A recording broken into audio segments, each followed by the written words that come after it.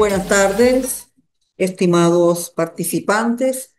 Le doy la más cordial bienvenida al inicio de nuestro periodo académico 2025-3, en la cual en esta oportunidad se va a impartir la unidad curricular Cátedra Derecho Procesal Civil 2.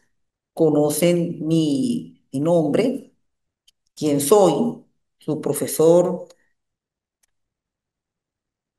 y asesor, Zulay Mercedes González Contreras, en la cual para los participantes de este grupo, pues tienen desde la teoría general del proceso,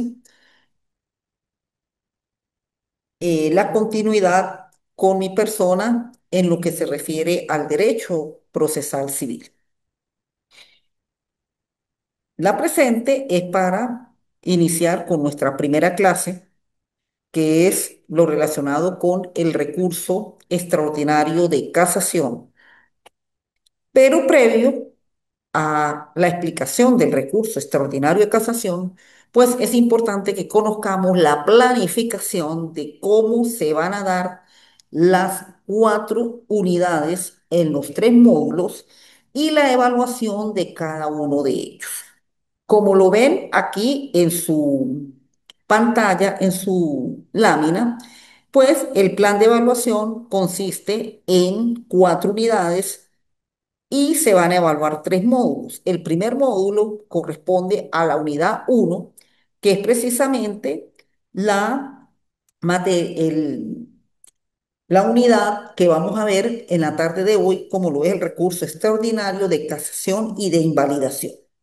Luego tenemos en el módulo número 2 y 3 las unidades, perdonen, las unidades 2 y 3 que corresponden al segundo módulo en que iniciamos prácticamente los juicios del libro cuarto del Código de Procedimiento Civil. Primero vamos a trabajar con lo que son los juicios ejecutivos y los juicios relativos a la propiedad y a la posesión. En los juicios ejecutivos, lo que son desde la vía ejecutiva, la preparación, el juicio de intimación, la ejecución de hipoteca, la ejecución de prenda y el juicio de cuentas. Los juicios relativos a la propiedad y a la posesión son los siguientes: la prescripción adquisitiva, los interdictos y el deslinde de propiedades contiguas. Y el tercer módulo, que corresponde a la unidad 4, ya se tocan los juicios especiales relativos al derecho de familia, relativos a la comunidad y dos juicios especialísimos que se trabajan también dentro del proceso civil.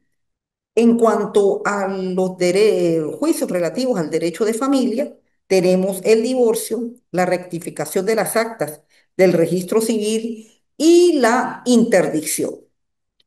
En los relativos a la comunidad, la partición y la oferta de pago y depósito.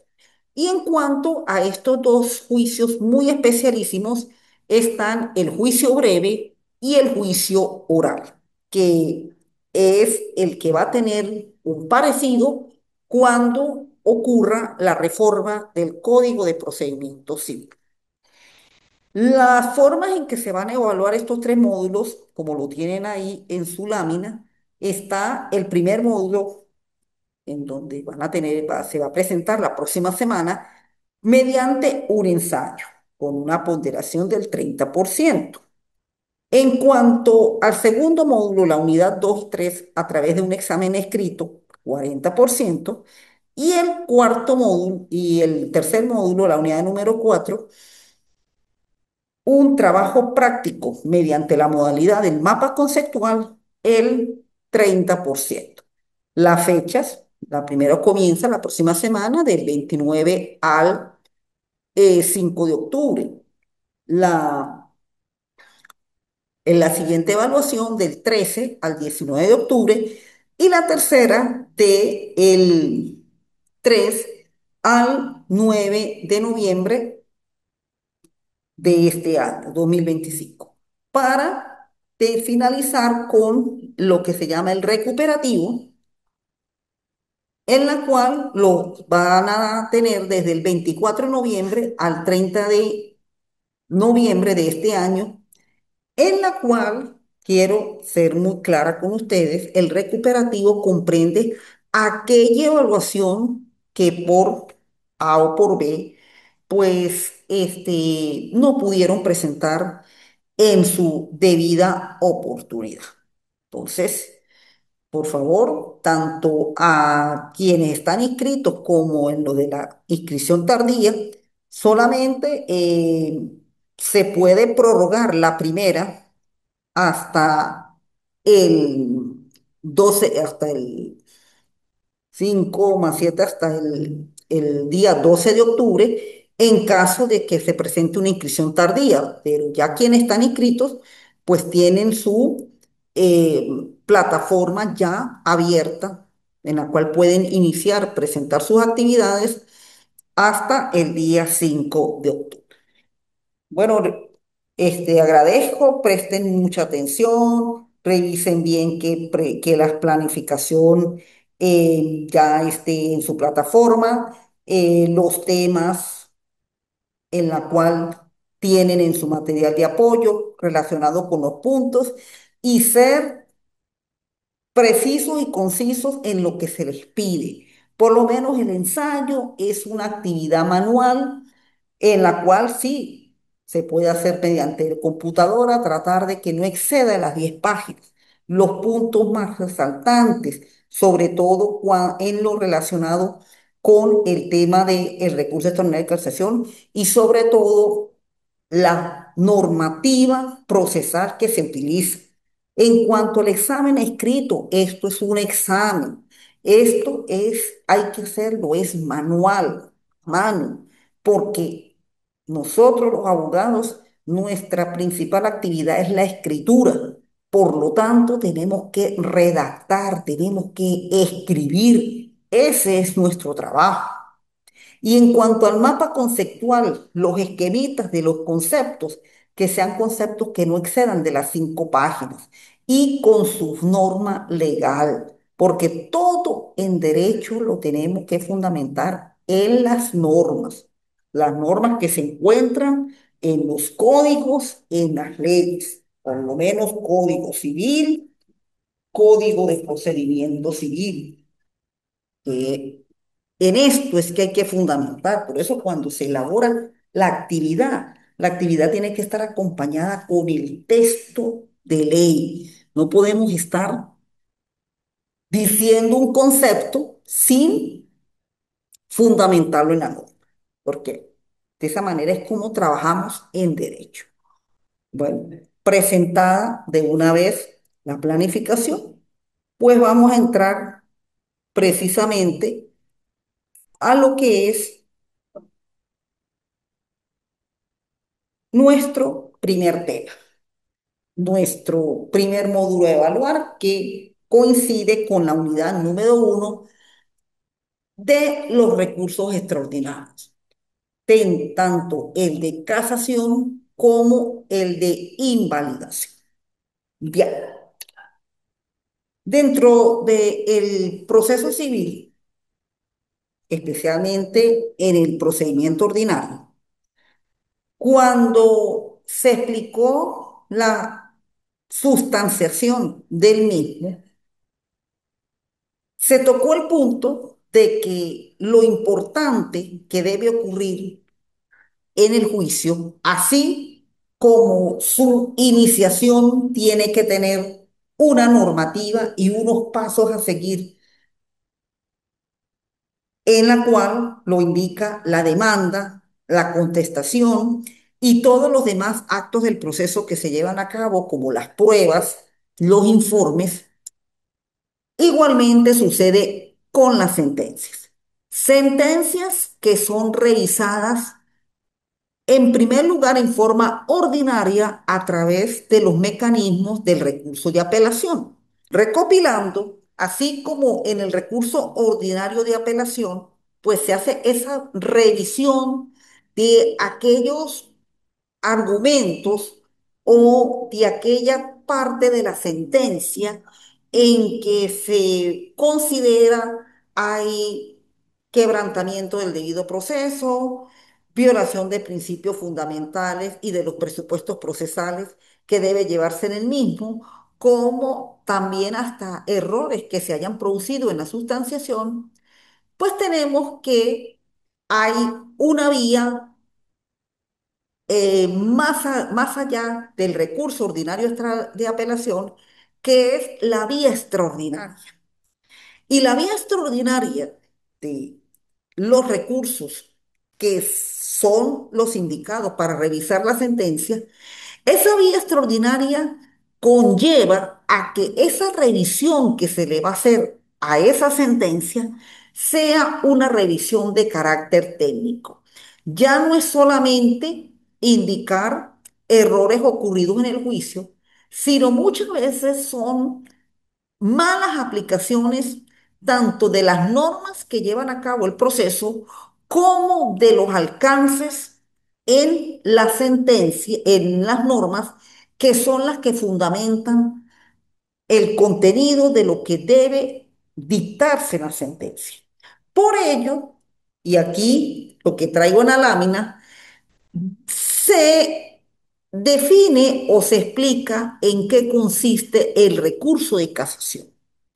Recurso a casación en la cual se define como un remedio supremo y extraordinario contra las sentencias ejecutorias de los tribunales superiores dictadas contra la ley o doctrina admitida por la jurisprudencia, faltando a los trámites esenciales del juicio.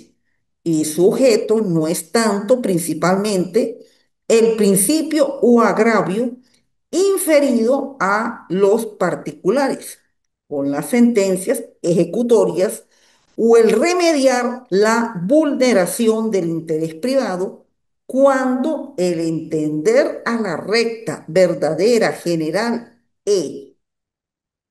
o uniforme aplicación e interpretación de las leyes o doctrinas, a que no se introduzcan prácticas abusivas ni el derecho consuetudinario por olvido del derecho escrito, declarando nulas para estos efectos las sentencias que violen aquellas y que por constituir ejecutorias no pueden revocarse por medio de apelaciones y demás recursos ordinarios. De esta definición se desprenden las características esenciales del recurso extraordinario, predominantemente público y dirigido a mantener la recta interpretación de la ley.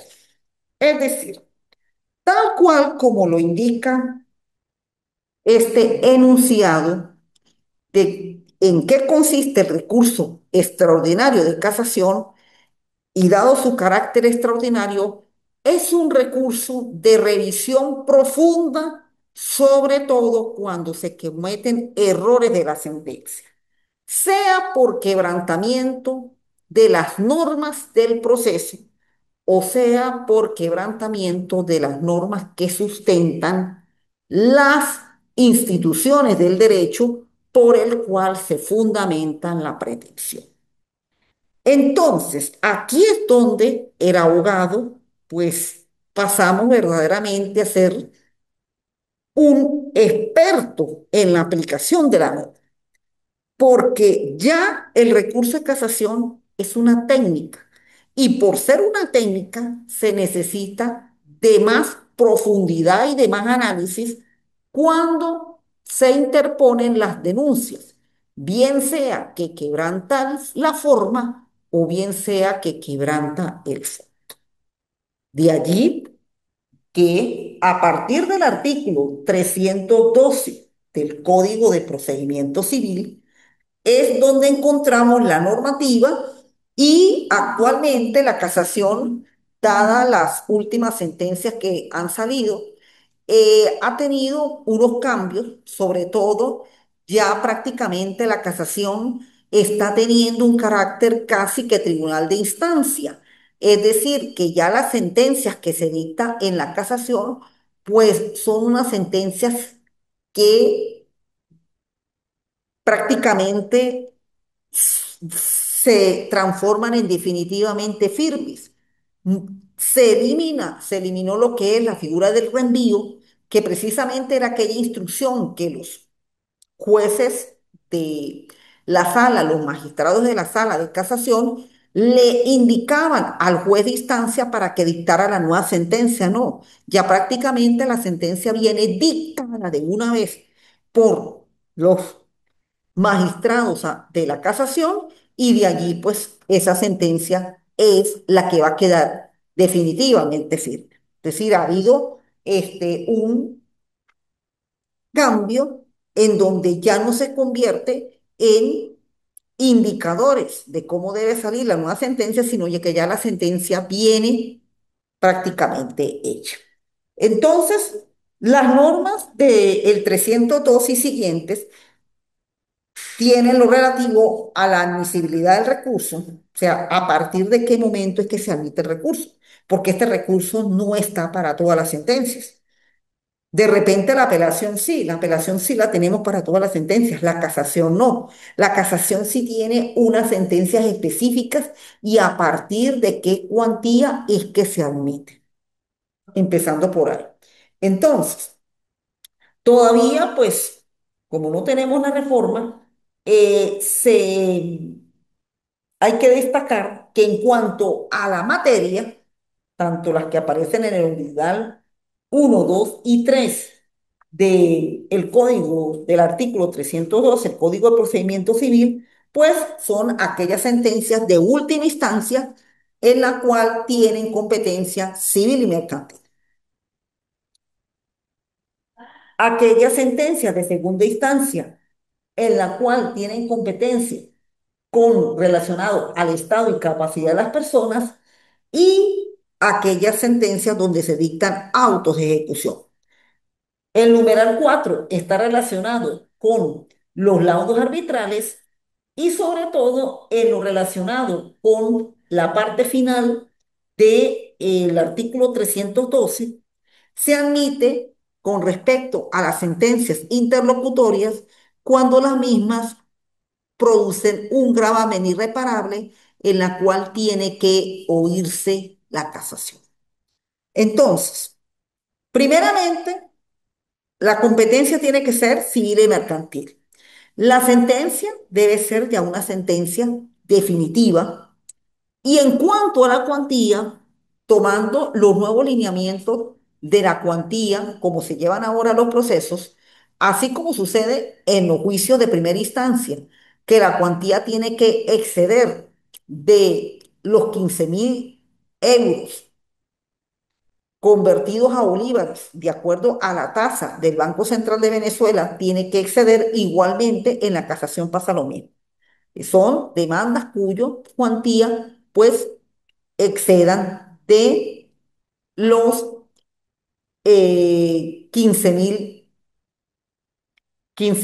euros. Entonces, por ahí está lo relacionado con el tema de la cuantía y de la competencia por el cual se tiene que admitir la casación. Ahora, una vez, ajá, que tenemos lo relacionado con admisibilidad, pues vamos a darle el enfoque a las demás normas. Bueno, ya tenemos la del 312, como lo ven ustedes ahí en la lámina, del 312 al 326 del Código de Procedimiento Civil. Las reformas que ocurrió del 322 y el artículo 323, que era lo relacionado con la nulidad de la sentencia y la casación de reenvío, pues eso fue derogado por una sentencia del 14 de agosto del 2019. Bien, perdón, aquí no es anuncio, sino el anuncio. Ok, bien. Cuando ocurre la sentencia de segunda instancia, porque contra quién se actúa ese recurso, es decir, contra cuál sentencia es que se anuncia el recurso. El recurso de casación se anuncia es contra la sentencia dictada en segunda instancia. Entonces tenemos que una vez que el tribunal de segunda instancia dicta la sentencia, bien sea que lo haga dentro del lapso o si ocurre fuera del lapso para dictar, una vez notificadas las partes de que se publicó esa sentencia, a partir del momento en que si se dictó dentro del lapso, 10 días una vez que finaliza el lapso para sentencia. Si se dictó fuera del lapso, al día siguiente de haber sido notificadas las partes, la parte que vaya a anunciar el recurso tiene 10 días para hacer el anuncio. ¿Qué es el anuncio? El anuncio es ya la información en la cual se le da al tribunal en que esa sentencia vaya a ser revisada en forma extraordinaria vía casación. Entonces, aquí tenemos que tener presente, esos son días de despacho y por lo tanto, dentro de esos 10 días es que se hace el anuncio del día. Hay una excepción en cuanto que dice que en caso de imposibilidad material de hacerlo ante aquel, podrá anunciarse ante otro tribunal o ante un registrador unitario para que éste lo pase de inmediato al tribunal que lo deba admitir o negarlo a los fines del pronunciamiento de ley. El pronunciamiento de ley. Ok. Entonces, ok, de ley. Bien. Entonces, una vez que el tribunal de segunda instancia dicta la sentencia y si la sentencia, la parte afectada quiere anunciar recurso de casación, tiene que hacer, si se dictó la sentencia dentro de los 60 días, a partir del día siguiente, 10 días para anunciar. Si se dictó la sentencia fuera del lapso, el lapso de los 10 días comienza a correr una vez que hayan sido notificadas las. Y en caso de que haya imposibilidad, como lo dice la misma norma del 314, bueno, hacerlo ante un otro tribunal o notario registrador para que sea enviado al tribunal que deba admitirlo o no, porque una vez que se anuncia el recurso y finalizan los 10 días, al día siguiente el tribunal donde se anunció el recurso, que en este caso es el de segunda instancia, tiene que admitirlo o no. Entonces, por eso, ese lapso tiene que ser un lapso muy estricto. Termina el día 10, al día 11 el tribunal de segunda instancia se debe pronunciar sobre su admisión o no, porque si lo admite, el expediente se prepara para ser trasladado a la sala de casación civil del Tribunal Supremo de Justicia y una vez que sea recibido, contar los 40 días, una vez que se haya admitido el recurso, los 40 días para hacer lo que se llama la formalización. Admisión del recurso. Bueno, ya, como les había dicho, en el 312 y luego en el 313, que es el primero, la competencia y el tipo de sentencia que se admite. Y para que sea procedente sobre en qué se debe basar esa procedencia se debe basar en dos formas. La primera, sobre errores de forma y la segunda, sobre la inadecuada aplicación de la ley. Entonces, por lo menos el 313, la procedencia del recurso en dos aspectos.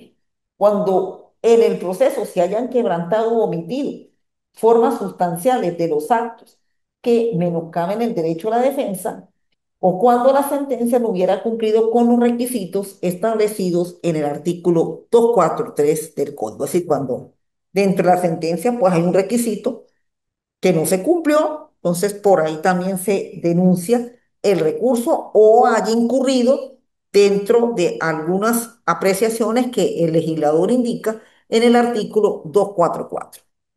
Y en cuanto al segundo punto, cuando se haya incurrido en un error de interpretación acerca del contenido y alcance de una disposición expresa de la ley o aplicado falsamente una norma jurídica cuando se aplique una norma que no esté vigente o se niegue la aplicación y vigencia de una que lo esté o cuando se haya violado una máxima de experiencia.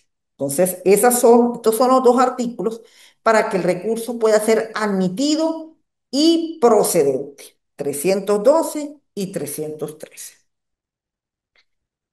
Bien, una vez que el recurso es admitido, es decir, por el tribunal que dictó la sentencia en segunda instancia, a partir del día siguiente se inicia el conteo de los 40 días para la formalización más el término de la instancia de acuerdo al lugar donde proceda esa sentencia. En el caso de nuestro estado Táchira, para los que ejercemos aquí en el estado Táchira, además de los 40 días calendario consecutivo, tenemos que se le suman 8 días más de los 40.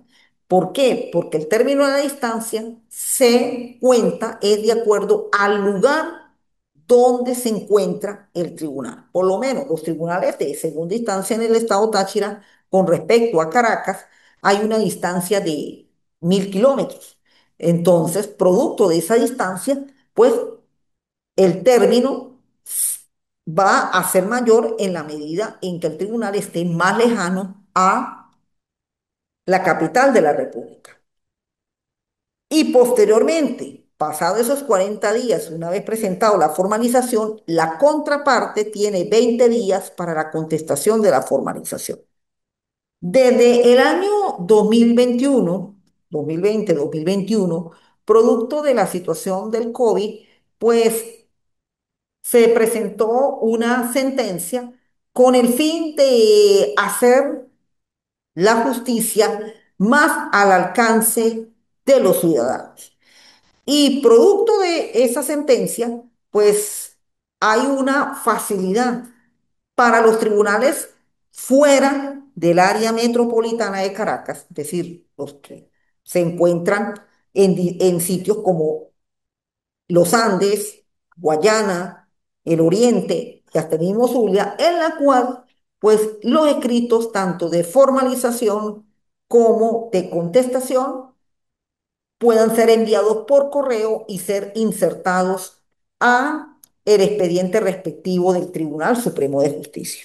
Eso se comenzó desde unos 3 4 años atrás y por lo menos ayuda un poco lo que es el traslado precisamente de el abogado formalizante o del que conteste la formalización para precisamente hacer un poco menos onerosos lo que es el gasto de viaje y el gasto de estadía en precisamente la capital de la República. Entonces, por lo menos los tribunales que se encuentran fuera de Caracas, pues tienen ese acceso. Los que están en Caracas, pues no, el abogado va personalmente allá a la sala respectiva y precisamente hace la presentación del escrito. Lo que sí se debe aclarar dentro de lo que es los requisitos que tiene que tener el abogado para la formalización del recurso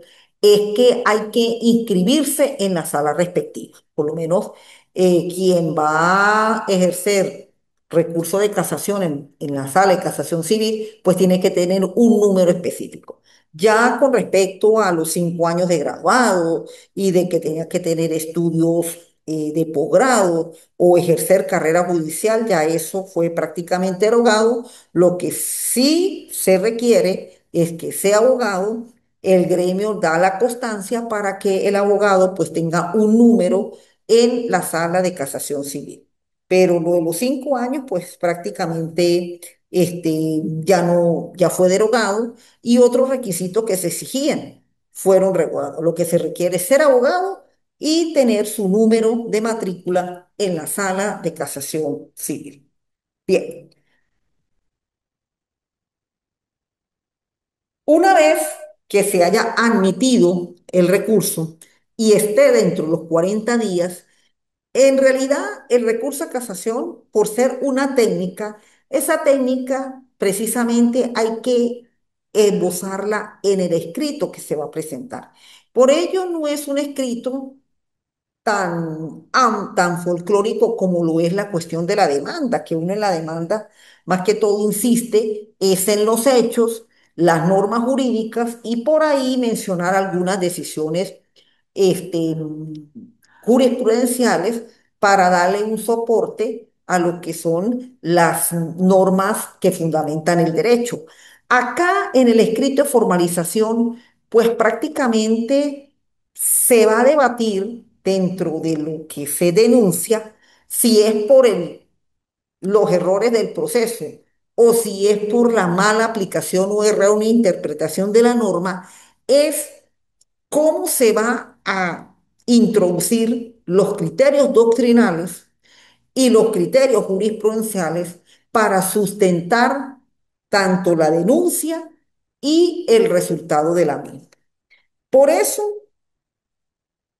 en el escrito de formalización, en realidad el legislador fue muy práctico en indicar cuatro aspectos fundamentales del mismo. Primero, la decisión por el cual se recurre a la casación, que es la decisión del juzgado de segunda instancia. Segundo, ¿qué fueron los errores que se quebrantaron de acuerdo al ordinal 1 del 313? Entonces tenemos las denuncias de forma. Tercero, ¿qué fue lo que ocurrió con la interpretación de la ley o la errónea interpretación de la ley, que sería la segunda forma de denuncia del 313, que son los errores de derecho? Y por último, indicar aquellas normas que debieron ser desaplicadas o aquellas que debieron ser aplicadas, que es el del numeral número 4.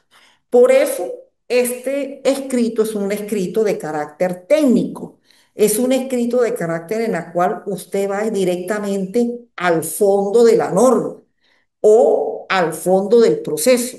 Aquí ya los cuentos de los clientes pasaron a un lado, porque ya esos cuentos se resolvieron y se sustanciaron. Lo que se va a resolver aquí es si el derecho a la defensa fue quebrantado, si la tutela efectiva fue quebrantada, si las pruebas no se aplicaron de acuerdo a la licitud de ella o las normas a aplicar, pues son normas que a lo mejor ya están derogadas o normas en las cuales no se le dio el alcance como lo exige la hermenéutica jurídica. Por eso es que este es un escrito técnico, no un escrito de tanto cuento, sino ya de precisión sobre los errores cometidos. Bien, una vez que se presenta el escrito de formalización y se contesta al mismo, pues el ponente con los demás magistrados, pues tienen los 60 días para presentar la sentencia y para votar en ella, porque esta es una sentencia en la cual interviene un tribunal colegiado, que es en este caso la Sala de Casación Civil del Tribunal Supremo. Entonces, igualito como sucede en la sentencia de primera instancia y segunda instancia, también en el recurso de casación tiene 60 días para dictar el fallo. Tendrá el plazo de 60 días para dictar el respectivo fallo.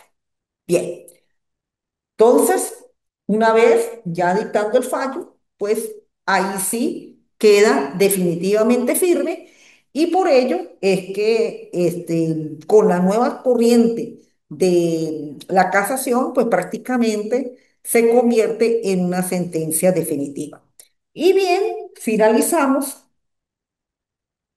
el tema, la unidad y la evaluación y lo que corresponde a este módulo con el recurso de invalidación. Bueno, en cuanto a